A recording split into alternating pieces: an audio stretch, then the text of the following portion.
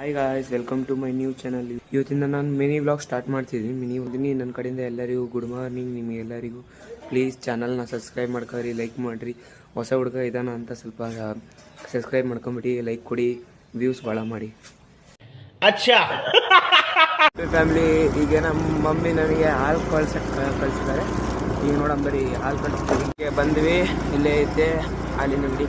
ಮತ್ತು ಆಂಜನೇಯ ಗುಡಿಯನ್ನು ಇಲ್ಲೇ ಐತೆ. ಇವತ್ತಿಂದ ಬ್ಲಾಗ್ ಸ್ಟಾರ್ಟ್ ಮಾಡೋಕ್ಕಿಂತ ಹೋಗಿ ನೋಡ್ಕೊಂಬರೋಣ ಆಂಜನೇಯ ಗುಡಿ. ಅಣ್ಣ 1.5 ಲೀಟ್ರ್ ಹಾಲು ಕೊಡಿ.